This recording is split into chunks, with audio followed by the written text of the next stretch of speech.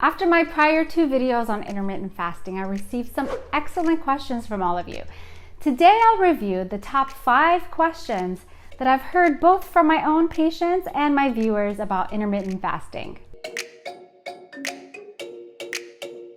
If it's your first time here, I'm Dr. Majd. Consider subscribing to this channel for up-to-date medical topics, news, and headlines. So question number 1, what do I do if I get hungry? This is a very common one of the ones that I heard the most probably. Well, the hunger sensations, they last about 20-30 minutes max. So if you can just get yourself through that 20-30 minutes, it will pass. At that time, your body realizes that there's no blood glucose circulating around in the bloodstream and instead uses the glucose that's stored in your liver for fuel, in addition to breaking up the fat and burning the fat, which is what you want, in order to use that for fuel. So once it kicks into that mode, the hunger sensation is gone. What can you do in the meantime? Well, you can drink a cup of coffee, tea, water, sparkling water, or have some broth to settle it down.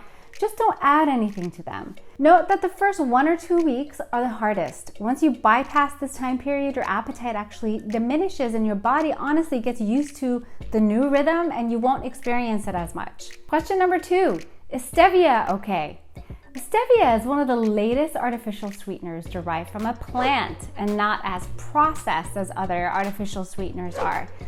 And almost calorie-free, but it does have a few, about less than 5 grams, however, but still calories. Although out of the artificial sweeteners, this seems to be so far the lesser of the artificial sweetener evils, it's still 200 to 300 times sweeter than sugar. There just isn't enough research to determine how safe or healthy it may be. Personally, I would avoid it if you can.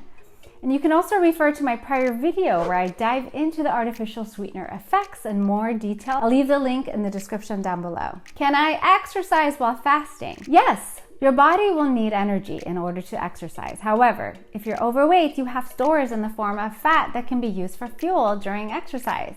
The liver also produces glucose in a fasting state, like I mentioned. Also, interestingly, growth hormone increases in fasting and it promotes muscle growth. So bodybuilders actually use this time period to boost their growth. But diabetics on certain medications, beware of hypoglycemic episodes, meaning low blood glucose levels. Can I still take my medications? This was another popular one. Yes, you can certainly take your medications. You can take it with water, you can take it with coffee, you can take it with tea, broth, all the things that we mentioned.